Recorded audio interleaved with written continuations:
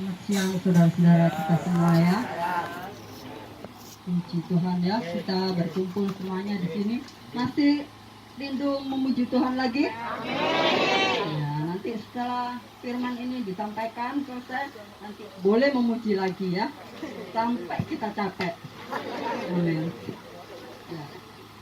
Pagi hari ini saudara-saudara, kita akan memperingati Jumat Agung ya, saudara. Jadi kita dapat merasakan pada saat itu bagaimana Tuhan Yesus merasakan betapa dia dianiaya seperti itu. Saudara-saudara sudah tahu ya tentang ceritanya Tuhan Yesus itu. Ya, pagi ini kita mau berbicara tentang kekudusan ya saudara. Kekudusan yang dapat mengubah segalanya. Kok judulnya kekudusan mengubah segalanya, maksudnya ini gimana? Nah, pada pagi hari ini kita mau belajar bagaimana agar kita dapat mengubah segala kesedihan kita selama ini, susah payah kita selama ini ya saudara-saudara. Kita mau belajar pada pagi hari ini karena kita mendapatkan tema kekudusan mengubah segalanya. Jadi di sini yang artinya kita harus menjaga kekudusan kita ya, supaya kita dapat mengubah air mata menjadi tari-tarian sukacita dalam kehidupan kita ya saudara. Saudara ngantuk nggak? Oke, kalau nggak ngantuk kita harus semangat ya. Ya, semangat mendengarkan firman Tuhan dan melakukan. Ya, amin. Kita mau mulai masuk dalam firman Tuhan ya saudara. Pagi ini kita ini berbicara tentang kekudusan, yang artinya kita mencintai kekudusan Allah. Mencintai kekudusan Allah itu di sini artinya apa ya saudara? Di sini kalau kita mencintai kekudusan Allah itu berarti, maaf ya saudara, mencintai kekudusan Allah berarti kita mengasihi dan mengampuni musuh kita. Kalau ada orang-orang di sekitar kita yang nggak suka dengan kita, kita harus belajar untuk bisa mengasihi mereka, mengampuni mereka. Sama seperti Tuhan Yesus ya saudara. Tuhan Yesus sudah terlebih dahulu mengampuni kita, menghapus dosa-dosa kita. Jadi kita tidak boleh menyimpan kejahatan orang-orang yang menyakiti kita, musuh-musuh kita. Ada amin, haleluya. Iya, puji Tuhan saudara ya. Biar nggak ngantuk saudara ya. Oleh sebab itu kita mau masuk dalam perikop yang pertama ya saudara. Kekudusan Tuhan memberi kemenangan ya saudara. Kekudusan Tuhan memberi kemenangan. Di sini dikatakan kok bisa kekudusan itu memberi kemenangan. Bagaimana caranya? Ya saudara, kita caranya belajar tentang tokoh Alkitab yang bernama Yosua ya saudara.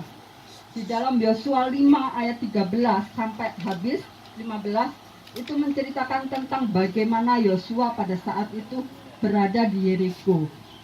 Supaya bisa kita paham ya saudara, kita dapat membacanya di dalam Yosua 5 ayat 13 sampai 15.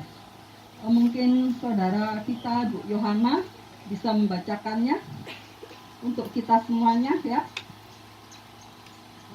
Pakai ini saja Bu, biar dengar semuanya. Yosua 5 ayat 13 sampai 15.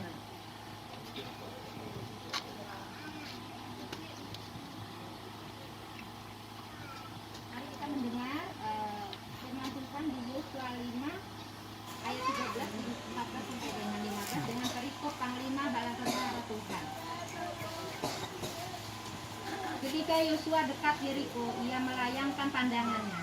Dilihatnya seorang laki-laki berdiri di depannya dengan pedang terhunus di tangannya. Yosua mendekatinya dan bertanya kepadanya, "Kawankah engkau atau lawan?" Jawabnya, "Bukan, tetapi akulah panglima bala tentara Tuhan. Sekarang aku datang lalu sujudlah Yosua dengan mukanya ke tanah, menyembah dan berkata kepadanya, 'Apakah yang akan dikatakan Tuanku kepada hambanya ini?' Dan panglima bala tentara Tuhan itu berkata kepada Yosua, 'Tanggalkanlah kasutmu dari kakimu, sebab tempat engkau berdiri itu kudus.' Dan Yosua berbuat demikian. Amin. Amin ya, puji Tuhan. Kita sudah mendengarkan firman Tuhan yang sudah disampaikan oleh Bu Yohana tadi ya, bahwa ini menceritakan tentang kehidupan tokoh Alkitab yang bernama Yosua. Kalau pada saat itu terjadi peperangan ya saudara di Yeriko, tetapi kenyataan yang sekarang kita alami ini bukan peperangan secara bangsa-bangsa atau secara bertempur dengan senjata ya saudara, tapi yang kita alami pada saat ini itu yang dimaksud peperangan ini adalah peperangan tentang kehidupan kita saudara ya. Bagaimana kita mengatasi persoalan hidup kita, tantangan yang sering kali kita alami silih berganti ya saudara ya. Dimana kita pada saat ini seringkali dan bahkan banyak sekali ya tantangan-tantangan yang kita hadapi dalam hidup ini. Tetapi kita tidak boleh melihat berapa besar masalah yang sedang kita hadapi, berapa besar keadaan yang begitu menghimpit keadaan kita, bahkan menekan keadaan kita. Kalau pandangan kita tertuju kepada Allah, setiap masalah yang kita hadapi itu dapat kita selesaikan bersama dengan Tuhan. Amin, saudara? Iya, puji Tuhan ya, saudara. Tuhan ada bersama dengan kita, maka kita akan memperoleh kemenangan itu. Karena di sini, dengan hati yang kudus, hati yang suci, Tuhan akan masuk dalam kehidupan kita, saudara ya. Oleh sebab itu kita harus menjaga kekudusan hati kita, saudara ya.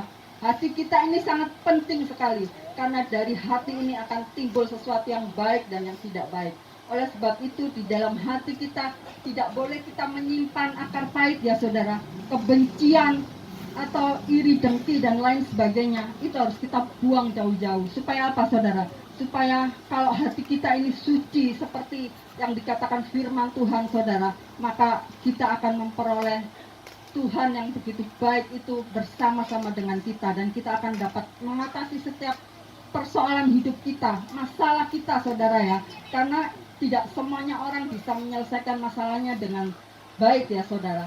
Terkadang kita merasa berputus asa, kenapa seperti ini ya, kenapa hatiku ini kok banyak banget gitu ya, masalah-masalah yang datang gak pernah habis.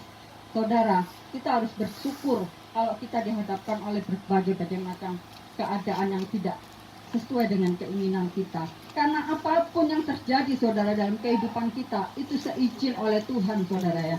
Tuhan katakan, oh Tuhan akan menguji anak-anaknya yang setia, yang didapatinya tetap setia dan tekun di dalam Tuhan. Mari kita semakin hari semakin membuang hati kita yang tidak baik menjadi baik, supaya kekudusan Tuhan itu tinggal di dalam kehidupan kita saudara ya. Karena setiap manusia itu memiliki kekuatannya masing-masing. Tetapi kalau tanpa ada Tuhan bersama dengan kita, kita tidak akan mampu melakukan apapun ya saudara ya. Saudara percayakan hal itu? Amin. Iya. Kita ini sudah seringkali mengalami ya saudara, pergumulan hidup, masalah, tekanan. Tetapi kalau kita menghadapinya dengan akal dan pikiran kita sendiri, kita akan berputus asa. Kita dapatkan akan menjadi seperti gimana ya, kita nggak akan pernah dapat menemukan jalan keluar itu sendiri. Tetapi kalau kita mencari perkenanan Tuhan dalam hidup kita ya saudara, maka Tuhan itu akan berkenan atas hidup kita. Maka setiap masalah yang datang saudara, Tuhan akan turut bekerja sehingga kita dapat melewati masalah demi masalah, kesulitan demi kesulitan bersama dengan Tuhan, sehingga kita menjadi anak-anak yang lebih dari pemenang ya saudara. Amin ya saudara ya. Saudara percaya dengan firman Tuhan ini? Amin. Iya, kalau benar-benar saudara percaya, saudara harus yakin dan percaya bahwa Tuhan yang kita sembah itu Tuhan yang mampu melakukan apa aja. Kita yang nggak mampu akan dimampukan oleh Tuhan ya saudara. Oke, maka sebab itu disebut bahwa kekudusan Tuhan itu memberi kemenangan buat kita saudara ya. Kemenangan yang lebih dari pemenang, kemenangan yang lebih di atas segalanya saudara ya. Jadi dalam menghadapi persoalan hidup ini kita nggak perlu lagi, meskipun mungkin keadaan ekonomi kita ini sedang sulit saudara ya, tapi kalau kita melihat kebesaran Tuhan, memandang hati kita tertuju kepada Tuhan, pasti Tuhan akan berikan, ada aja jalan keluar yang akan diberikan Tuhan kepada kita, sehingga kita tidak mengalami sulit. Sekalipun di luar sana banyak orang yang merasakan kesulitan yang luar biasa. Tetapi ketika kita percaya punya Tuhan yang besar ya saudara, Tuhan yang mampu membuat kita menjadi lebih dari orang-orang di luar sana ya saudara. Sehingga Tuhan itu ada di dalam kehidupan kita, memberikan kemenangan demi kemenangan. Sehingga anak-anak yang dipercayai oleh Tuhan ini nggak akan mengalami kesulitan yang begitu dalam ya saudara. Karena apa? Karena Tuhan ada bersama dengan kita. Dan yang kedua, kita mau belajar tentang tanpa kekudusan tidak akan melihat Allah saudara. Kenapa? Tanpa kekudusan tidak akan bisa melihat Allah. Karena Allah itu kudus ya. Allah itu suci ya saudara. Jadi kembali kita harus menjaga hati dengan kekudusan. Kita tidak melakukan hal-hal yang tidak baik ya saudara. Di sini kita akan membaca di dalam Matius 5 ya saudara. Yohanes ya. Matius 5 ayat 8.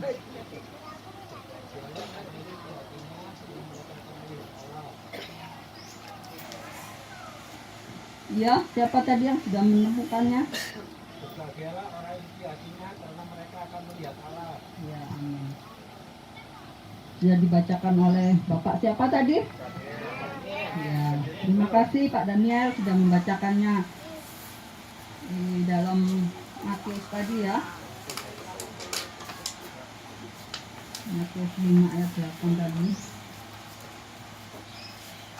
Dikatakan, berbahagialah orang yang suci hatinya karena mereka akan melihat Allah.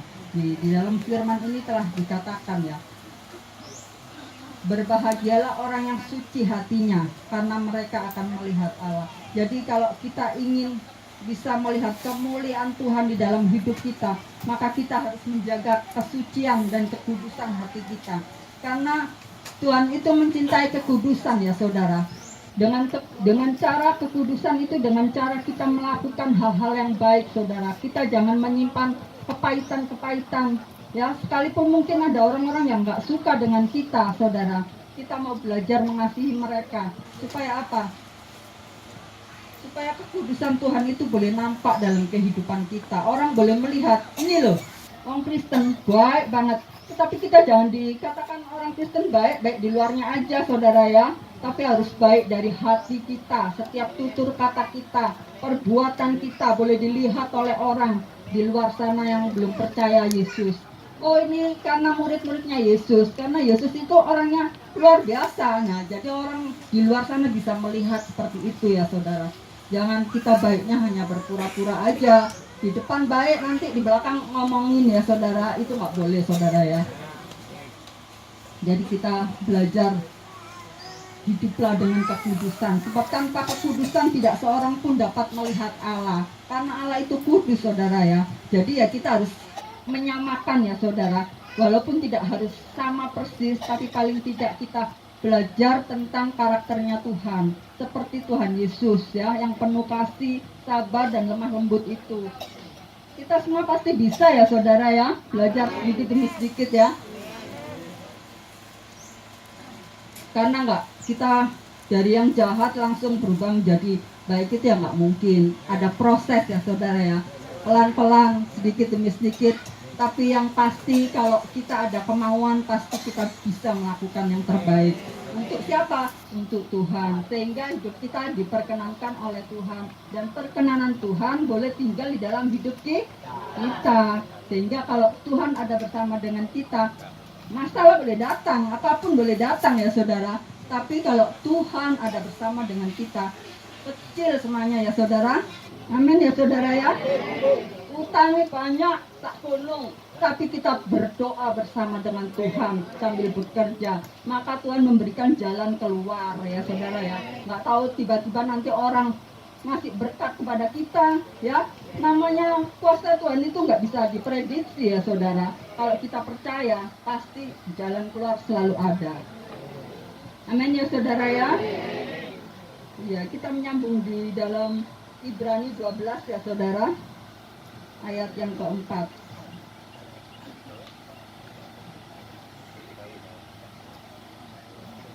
Ibrani 12 ayat yang keempat. Nih dikatakan di sini ya saudara, dalam pergumulan kamu melawan dosa kamu belum sampai mencucurkan darah. Di sini artinya apa?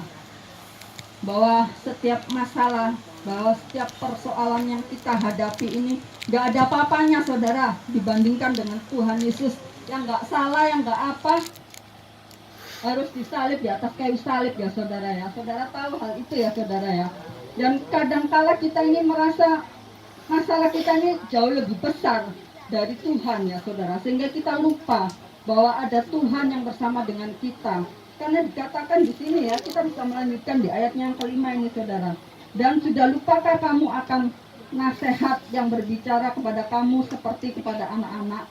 Hai anakku, janganlah anggap enteng didikan Tuhan, dan janganlah putus asa apabila engkau diperingatkannya. Jadi masalah demi masalah, pencobaan yang menghadapi dalam kehidupan kita ini, itu adalah suatu hal yang biasa untuk melatih iman kita ya saudara, supaya kita ini semakin bertekun. Kalau kita bertekun, maka kita akan menjadi anak-anak yang nggak gampangan saudara ya.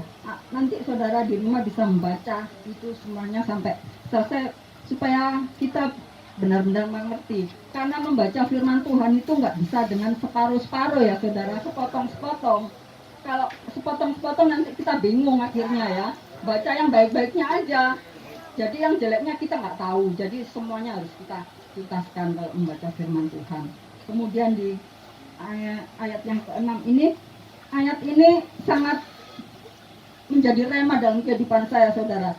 Di ayat yang 6 ini mengatakan, karena Tuhan mengajar orang yang dikasihinya, dan ia menyesa orang yang diakuinya sebagai anak. Nah, dalam ayat 6 ini yang membuat saya benar-benar mengerti saudara. Karena tidak saudara-saudara yang di sini yang seringkali mengalami banyak masalah, banyak pencobaan ya. Secara pribadi saudara, saya juga mengalami banyak hal pergumulan hidup ya saudara. Saya katakan, saya ini sudah berjalan mengikut Tuhan ya. Kenapa ya setiap banyak banget gitu masalah, pencobaan dalam kehidupan ini, himpitan-himpitan terjadi dalam kehidupan saya. Ternyata jawabannya saya baru tahu sekarang saudara. Oleh sebab itu kita harus sering kali membaca firman Tuhan. Di ayat 6 ini yang membuat saya benar-benar mengerti setiap persoalan yang terjadi dalam kehidupan kita ini. Karena itu semua Tuhan izinkan supaya apa? Membentuk iman kita saudara. Iman kita seperti emas saudara ya, yang begitu murni saudara. Sehingga ketika Tuhan mendapatkan kita ini tetap ada bersama dengan Tuhan. Sehingga kita tidak ditinggalkan pada akhir zaman ya saudara. Dikatakan, karena Tuhan mengajar orang yang dikasihinya, dan ia menyesa orang yang diakuinya sebagai anak. Dikatakan ayat ini, sehingga setiap persoalan, pergumulan yang saya hadapi itu rasanya saya jadi mengerti gitu. Jadi saya nggak lagi bertanya-tanya kenapa dan kenapa. Tadinya memang seperti itu saudara ya, kenapa sih, kenapa gini gitu ya, bla bla bla, protes sama Tuhan, merasa bahwa kita ini yang paling teraniaya, seperti itu ya saudara. Padahal semuanya itu sudah dituliskan di dalam firman Tuhan ya. Kalau orang yang dikasihi, yang dipilih oleh Allah, yang benar-benar Tuhan mau untuk menjadi alatnya, ia harus melewati proses demi proses ya saudara. Supaya apa? Supaya ketika kita menghadapi orang yang sama, yang pernah mengalami hal yang sama seperti kita dapat menyampaikan kata-kata berkat buat mereka saudara ya. Bisa menjadi saksi buat mereka, menguatkan bagi mereka, begitu ya saudara ya.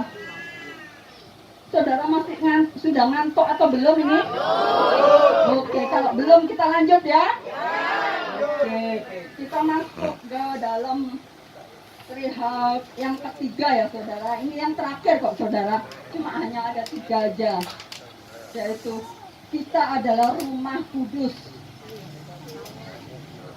Dikatakan di sini adalah bahwa kita ini adalah bait Roh Kudus ya saudara. Bait Roh Kudus yang berarti apa saudara? Berarti hati kita harus dijaga. Karena tempat yang kudus, saudara-saudara tahu kan, kalau saudara kita di seberang itu ya, masjidnya itu kan harus dijaga dengan rapi, dijaga dengan bersih, tidak boleh dikotori ya saudara ya. Nah demikian dengan kita, tapi ini kita berbicara tentang roh ya, rohani kita yang harus kita jaga dan kita pelihara supaya menjadi suci dan bersih. Karena bait Allah tidak boleh dikotori dengan hal-hal yang tidak baik ya saudara, dengan pikiran yang jahat, dengan hal-hal yang tidak sesuai dengan kehendak Tuhan. Oke, kita masuk dalam ayatnya ya saudara. Karena untuk mempunyai perasaan takut, khawatir, dan lain sebagainya itu wajar saudara ya, karena kita masih hidup di dalam kedagingan. Tetapi bagaimana caranya kita belajar untuk tidak memandang setiap persoalan itu dengan pikiran kita sendiri. Baik, kita baca ayatnya di dalam Amsal 4 saudara ya.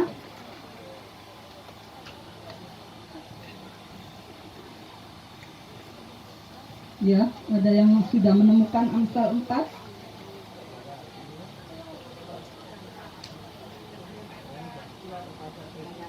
Ya, betul sekali ayat yang ke-23. Kita disuruh menjaga hati kita ya saudara ya. Karena dari situlah, dari hati itulah akan terpancar satu kehidupan. Bahwa kehidupan kita ini yang begitu indah di pemandangan orang-orang ya saudara. Jadi kita harus menjaga hati kita supaya tidak dikotori dengan kebencian, kepahitan ya saudara. Karena kalau kita menyimpan kepahitan di dalam diri kita itu enak apa enggak sih saudara? Karena saya merasakan kalau kita menyimpan apa itu sakit hati sama orang itu rasanya kok nggak enak gitu ya saudara. Orang yang kita sakit, orang yang kita benci tadi itu nggak merasa apa-apa saudara ya, tapi kita sendiri yang merasa kayak jengkel gitu ya, kok nggak enak hati gitu. Jadi akhirnya malah di hati ini malah nggak enak ya saudara. Jadi kita nggak usah menyimpan kebencian pada orang lain ya. Kalau mungkin orang lain punya sesuatu yang lebih dari kita, ya kita ikut bersyukur aja ya saudara. Jangan kita menyimpan kepahitan apa segala macam ya saudara, karena itu hanya akan mengotori hati kita. Karena kalau hati kita kotor, Roh Kudus tidak akan tinggal di dalam hati kita ya saudara. Karena hati kita ini tempatnya Roh Kudus bertahta ya. Jadi tubuh, jiwa dan roh kita harus kita pelihara dengan baik. Supaya apa? Supaya Roh Kudus ada tinggal di dalam hidup kita, tinggal di dalam hati kita. Karena jika Roh Kudus ada bersama dengan kita, oh saudara, luar biasa, kita dapat melakukan suatu hal yang besar saudara. Kalau saudara mungkin nggak percaya, saudara bisa membuktikannya sendiri saudara ya. Dengan saudara yang tadinya mempunyai kebencian dengan seseorang atau menyimpan dendam pada seseorang, Anda belajar untuk melepaskan hal itu, maka rasanya yang Anda rasakan akan hilang ya saudara. Sehingga kita ini akan hidup bebas tanpa beban saudara ya, tanpa menyimpan kepahitan, kebencian orang lain saudara. Karena di sini dikatakan bahwa kita disebut orang yang percaya, tapi seringkali kita ini kurang percaya atau tidak percaya, bahkan ragu-ragu ya saudara. Nah, keraguan-raguan ini yang membuat Roh Kudus enggan tinggal di dalam kehidupan kita. Jadi mari pada saat ini, mari kita belajar untuk menguduskan hidup kita, hati kita tidak boleh dicemari dengan hal-hal yang sekiranya akan merugikan diri sendiri. Jadi mari kita izinkan Tuhan untuk merias hati kita, mendandani hati kita, sehingga kita menjadi anak-anak yang dikasihinya, menjadi orang-orang pilihannya. Sehingga apa ya saudara? Sehingga masalah demi masalah yang kita hadapi pada saat ini boleh menjadi masalah yang sangat kecil sekali bagi kita. Sehingga alah sipil gitu ya, kata anak-anak itu kalau bilang sipil gitu, sepele gitu ya artinya. Karena apa saudara? Karena kita mempunyai Tuhan yang memampukan kita, Tuhan yang memampukan setiap persoalan beban hidup kita ini, sehingga kita tetap berdiri bersama dengan Tuhan. Sukacita itu boleh tinggal di dalam hati kita ya saudara. Jadi kita harus mengingat 3 hal ini, bahwa kita menjaga kekudusan hati kita ya, supaya kita memperoleh kemenangan. Dan kita dapat, kalau kita sudah memperoleh kemenangan, kekudusan akan kita dapat lihat di dalam kehidupan kita. Hidup kita menjadi berbeda lagi ya saudara, tidak seperti yang dulu. Jadi kalau sudah Allah tinggal dalam hidup kita, kita akan melihat bahwa kemuliaan Tuhan itu terjadi dalam hidup kita. Dan hati kita menjadi tempat yang terbaik, tempat yang terindah. Roh Kudus bertata dalam kehidupan kita. Ada amin ya Bapak Ibu ya? Baik, terima kasih. Setiap pada saat ini mungkin saudara-saudara banyak mengalami pergumulan, persoalan hidup, tekanan yang belum terselesaikan. Mari kita belajar tentang firman ini supaya kita boleh mengerti bahwa setiap masalah, setiap kejadian demi kejadian yang kita alami itu Tuhan izinkan untuk mendatangkan kebaikan buat kita. Dan kita harus bersyukur, tidak boleh menggerutu, karena di setiap persoalan, di setiap masalah Tuhan sudah menyediakan jalan keluarnya. Dan Tuhan juga sudah menyediakan berkatnya buat kita. Amin Bapak Ibu. Ya, puji Tuhan, terima kasih Tuhan Yesus memberkati kita semua pada pagi hari ini. Ya, firman Tuhan saya sampai di sini dan saya kembalikan kepada